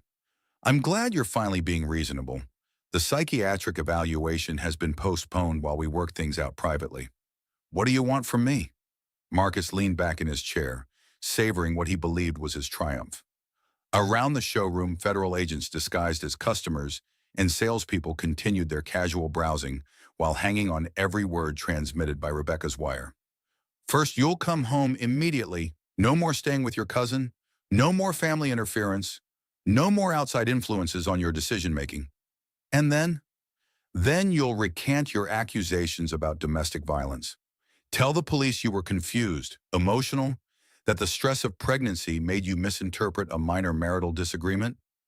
Marcus's voice carried the smooth confidence of someone who had orchestrated similar retractions before. "What about Tori and James? What about my mother and Daniel? What about them?" Marcus's tone grew cold. "They interfered with our marriage, Rebecca. There have to be consequences for that kind of behavior." Rebecca felt a chill of fear, but she pressed forward. "What kind of consequences?" "Your cousin's dealership is already facing financial difficulties.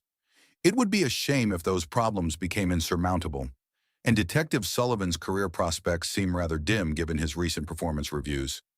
"You're threatening my family." "I'm explaining reality." Marcus leaned forward, his pale eyes glittering with the kind of malicious satisfaction he'd always shown when demonstrating his power. "People who cross Marcus Hamilton learn to regret it every single time." Rebecca's hand moved unconsciously to the cross necklace at her throat, drawing strength from the memory of Maria Santos and the other women who hadn't survived to see justice. "What about your previous wives? Did they regret crossing you too?" Marcus's expression shifted almost imperceptibly, a flicker of something dark and dangerous crossing his features. "My previous relationships ended badly because the women involved made poor choices. They chose confrontation over cooperation." "Is that what happened to Elena?" "Elena died in a car accident, a tragic loss that I still mourn." "But she wasn't really dead, was she, Marcus?" Rebecca kept her voice steady despite the hammering of her heart. "Elena Rodriguez is still alive." The change in Marcus was instantaneous and terrifying. His carefully maintained facade cracked, revealing something cold and reptilian underneath.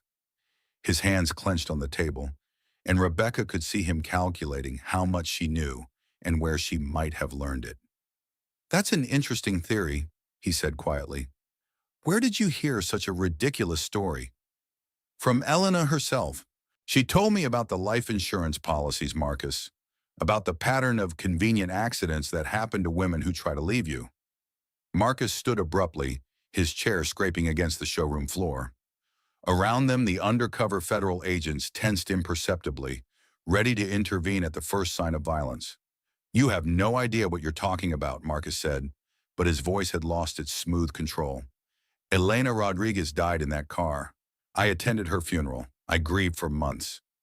"You grieved for your own convenience being disrupted," Rebecca replied, standing to face him. "Just like you'll grieve when I have my accident, and when the baby you think is yours conveniently disappears along with me." "The baby?" Marcus's voice dropped to a whisper. "What about the baby?" Rebecca felt the moment crystallize around them. This was the revelation that would either destroy Marcus completely or get her killed in the attempt. The wire at her throat felt like a lifeline connecting her to the agents who were her only protection. "The baby isn't yours, Marcus." The words fell between them like grenades, and Rebecca watched Marcus's face cycle through disbelief, rage, and calculating fury in the space of seconds. "What did you say?" "You heard me. The baby I'm carrying isn't your biological child. It never was." Marcus moved around the table with predatory grace, closing the distance between them till Rebecca could smell his expensive cologne and see the tiny blood vessels in his pale eyes. That's impossible.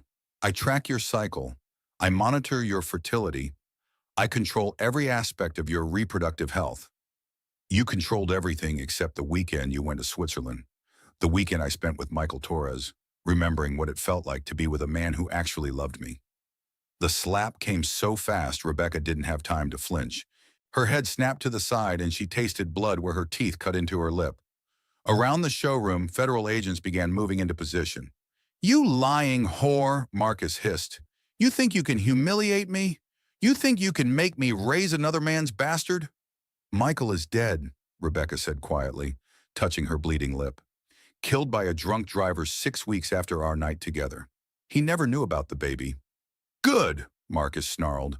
"One less problem to eliminate. Like you eliminated Maria Santos, Catherine Williams, Jessica Miller?" Marcus's face went white as he realized how much she knew. "You've been talking to people you shouldn't talk to, learning things that are dangerous for your health. Are you threatening to kill me, Marcus? Like you killed your other women who tried to leave?" "I don't threaten, Rebecca. I simply explain consequences." His voice dropped to a whisper that the wire barely picked up. "Women who embarrass me publicly, who try to steal from me, who betray me with other men, they have accidents. Car crashes, home invasions, sudden illnesses that can't be traced. And their life insurance policies pay you millions of dollars. A small compensation for my emotional suffering." Marcus smiled, and Rebecca saw the face of a killer beneath his handsome features. "But you won't be collecting any insurance, my dear. You'll simply disappear one night. The grieving husband will search for months, offer rewards, hire private investigators. Eventually, everyone will assume you ran off with your lover, except your lover's already dead." Rebecca felt the trap closing around Marcus with every word he spoke. The federal agents had everything they needed now: direct admissions of murder, threats against her life, and enough evidence to ensure he never hurt anyone again. "What about the baby?" "What baby?" Marcus's smile turned genuinely evil. "There was no baby, Rebecca. You were never pregnant. Just another lie from an unstable woman who couldn't handle being married to a successful man. You'd kill your own child? It's not my child. You made that very clear." Marcus leaned closer, his breath hot against her ear. "But don't worry. Your death will be quick and clean. Professional. The kind of service that costs extra but ensures there are never any questions asked." That was when the showroom exploded into action. "FBI, nobody move!" Special Agent Sarah Chen emerged from behind a display of luxury sedans, her weapon drawn and her voice carrying absolute authority. Agent Torres appeared from the customer service area, flanked by 2 Denver police detectives. Throughout the showroom, undercover agents revealed themselves, creating a perimeter that made escape impossible. Marcus spun around, his face cycling through shock, rage, and desperate calculation. "This is entrapment. I was coerced. My lawyers will—" "Your lawyers can visit you in federal prison," Agent Chen said calmly, producing handcuffs. "Marcus Hamilton, you're under arrest for conspiracy to commit murder, racketeering, money laundering, and making threats against a federal witness." As the handcuffs clicked into place, Marcus looked back at Rebecca with such pure hatred that she actually stepped backward. "This isn't over," he snarled. "You think federal prison can hold someone with my resources? You think your pathetic family will be safe just because I'm temporarily inconvenienced?" "Actually, Mr. Hamilton," Agent Torres said cheerfully, "it is over. The recording equipment picked up every word you just said. Your admission to multiple murders, your threats against Mrs. Hamilton and her family, and your detailed description of how you've been killing women for years. Plus," Agent Chen added, "Amanda Rodriguez is testifying before a federal grand jury tomorrow morning, along with testimony from the families of your victims, financial records showing your insurance fraud, and evidence of your pattern of witness intimidation." Marcus's face went completely white as he realized the scope of what he was facing. "Amanda is dead. I attended her funeral." "Funny thing about that," Agent Chen said with satisfaction, "federal witness protection is very good at staging deaths when necessary. Amanda has been alive and well for the past 18 months, documenting every detail of your previous crimes." As federal agents escorted Marcus toward the exit, He looked back one more time at Rebecca, but instead of the terrified, submissive woman he'd controlled for 2 years, he saw someone who had found the courage to fight back. "Enjoy your victory, Rebecca," Marcus called out as the agents pushed him through the showroom doors. "It won't last long." But Rebecca was no longer listening to his threats. She was surrounded by federal agents. Her family was safe, and Maria Santos's silver cross lay warm against her throat, a reminder that some fights are worth the risk, and some victories are worth any price. Marcus Hamilton's reign of terror was finally over. The recording you just heard was broadcast live to the FBI. 6 months later, Rebecca stood in the same car dealership where her nightmare had begun, watching her 6-week-old daughter sleep peacefully in her carrier. Outside the showroom windows, Denver was beginning to show the first signs of spring, and the Rocky Mountains stood majestically against a clear blue sky. "She's beautiful," Tori said softly, adjusting the baby's pink blanket with practiced ant-like efficiency. "Michael would have been so proud." "I think about that every day," Rebecca replied, her voice carrying none of the fear and exhaustion that had marked her conversation 6 months earlier. How different things would have been if he'd lived to see her born. The baby, Sofia Elena Torres, named for Michael's grandmother and Amanda Rodriguez's courage, stirred slightly in her sleep but didn't wake. She had Michael's dark eyes and olive skin, traits that made it obvious to anyone who looked at her that Marcus Hamilton had never been her biological father. James approached from across the showroom, carrying a newspaper with obvious satisfaction. The sentencing hearing made the front page of the Denver Post. Life without parole on the murder charges, plus an additional 40 years on the federal racketeering charges. How did Marcus react? According to the reporter who was there, he maintained his innocence right up until the judge read the sentence. Then he started screaming about appeals, claiming he was framed, threatening everyone involved in the prosecution. James's expression grew grim.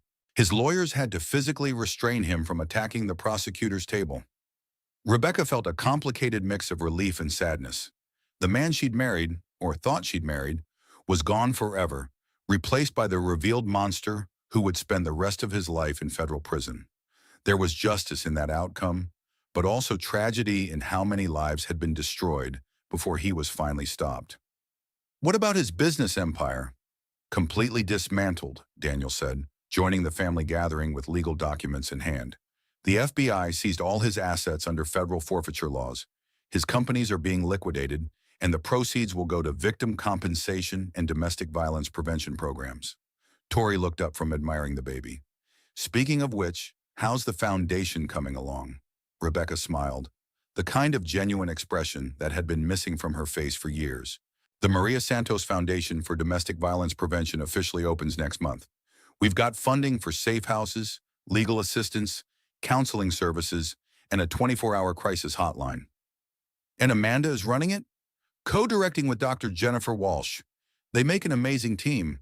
Amanda understands the survivor's perspective, and Dr. Walsh has the medical and administrative expertise to make it work on a large scale."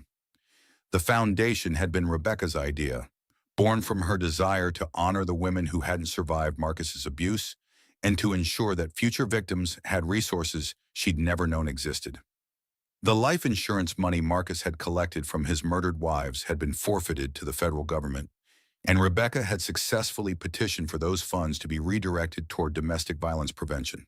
Grace Mitchell approached from her office carrying final divorce papers and wearing the satisfied expression of an attorney who had just won the biggest case of her career. "It's official. The divorce is finalized, the restraining order is permanent, and you are legally free from any connection to Marcus Hamilton." "What about his threats? The ones he made when they arrested him?" "Empty words from a desperate man facing life in prison," Grace assured her. "Marcus Hamilton no longer has access to money, lawyers, or the criminal contacts he used to intimidate people. He's just another federal prisoner now, and federal prisoners don't have the resources to threaten anyone." Rebecca had legally returned to her maiden name, Rebecca Morrison, and had no intention of ever using the Hamilton name again. Sofia would grow up as Sofia Elena Torres, carrying her father's name and legacy instead of any connection to the man who had terrorized her mother. "There's something else," Grace continued, pulling out additional documents. The Victim Compensation Fund has approved your claim. You'll receive financial support for counseling, medical expenses, and living costs while you rebuild your life. How much? Enough to ensure you and Sophia are completely independent. Enough to buy a house, finish your education, and never have to depend on anyone for financial security again. The baby chose that moment to wake up, her dark eyes focusing on her mother's face, with the kind of trust that made Rebecca's chest tighten with protective love. For 2 years, she'd lived in terror that Marcus would discover the truth about Sophia's paternity. Now her daughter would grow up knowing the story of her real father, a man who had dedicated his life to saving people and making the world safer. Have you decided what you want to do next? Patty Morrison asked, having arrived with homemade baby blankets and the kind of maternal support that had sustained Rebecca through the darkest months of her marriage. I'm going back to school to finish my teaching degree, Rebecca said, lifting Sophia from her carrier to feed her. There's a program at Colorado State University for women returning to education after domestic violence situations. I want to work with children, maybe become a school counselor. Following in Michael's footsteps, Tori observed, helping people, making a difference. It's what he would have wanted, for both of us. The past 6 months had been a whirlwind of legal proceedings, media attention, and personal healing. The trial had attracted national coverage as federal prosecutors detailed Marcus Hamilton's systematic pattern of murdering women who tried to leave him. Amanda Rodriguez's testimony had been devastating, describing years of abuse that culminated in her staged death to escape his control. But the most powerful moment had been when the families of Marcus's victims, Maria Santos, Catherine Williams, and Jessica Miller, had stood together in court to deliver impact statements. Their words had painted a picture of 3 vibrant women whose lives had been cut short by one man's narcissistic rage and sense of entitlement. Any word from the other women in the network? James asked. The support group is thriving, Rebecca replied.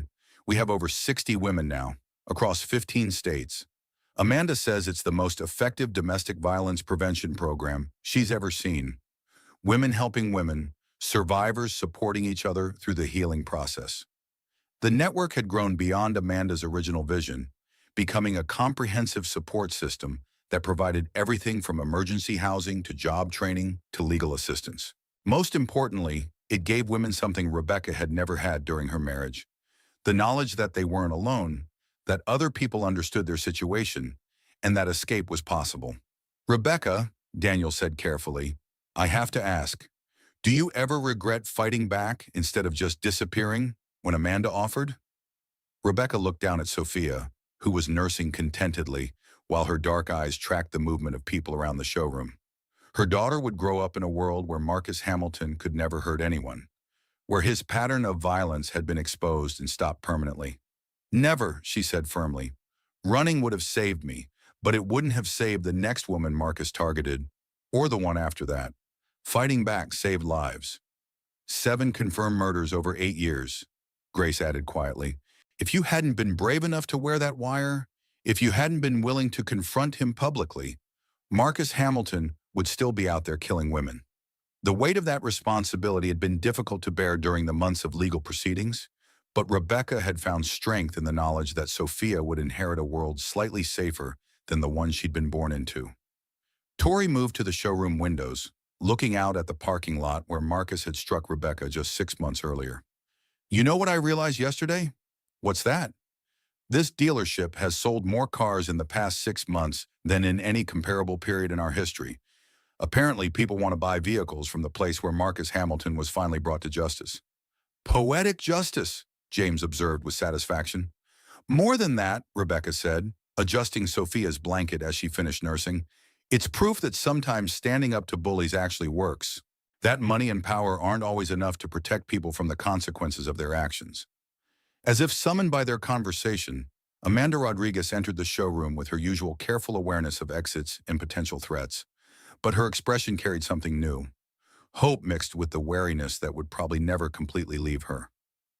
How's the foundation setup going? Rebecca asked. Better than we dared hope. We've got 3 safe houses operational, a legal clinic staffed by volunteer attorneys, and a crisis hotline that's already helped over 200 women in its first month. Amanda's voice carried quiet pride. More importantly, we've had 12 law enforcement referrals of suspected domestic violence cases involving wealthy perpetrators. Any that remind you of Marcus? Two that are concerning enough that we've contacted federal authorities. Apparently, Marcus Hamilton wasn't unique. He was just particularly successful at hiding his crimes. Shadowfirm. The conversation was interrupted by Sophia's soft cry, and Rebecca stood to walk her around the showroom while she settled back to sleep. As she moved past the Honda minivan that had started this entire chain of events, Rebecca felt a profound sense of gratitude for the series of coincidences that had brought her to safety. If Tori hadn't been working that day, if she hadn't recognized her cousin despite 2 years of separation, if she hadn't been brave enough to stand up to Marcus publicly, if James hadn't been willing to risk his career to arrest a powerful man, if Amanda hadn't been willing to emerge from witness protection to help another woman escape. "What are you thinking about?" Tori asked, joining her beside the minivan. "How many things had to go right for this to end the way it did?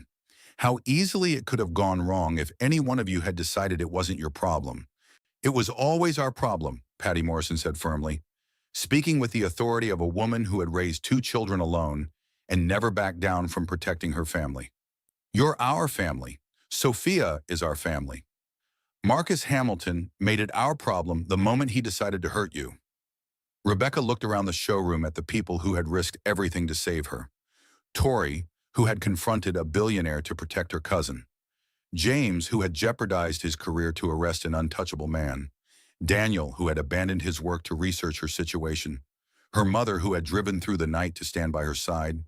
Amanda, who had sacrificed her carefully protected anonymity to help another woman escape. Grace, who had dedicated years to building a case against Marcus. And Agent Chen, who had orchestrated the investigation that brought him down. "I used to think I was alone," Rebecca said quietly. "For 2 years, Marcus convinced me that I had no one, that no one would believe me, that no one would help me even if they did believe me." "But you were wrong," Sophia stirred in her arms, and Rebecca smiled down at her daughter. "You were never alone. You just couldn't see the people who were waiting to help you." Outside the showroom, Denver continued its normal rhythm of daily life.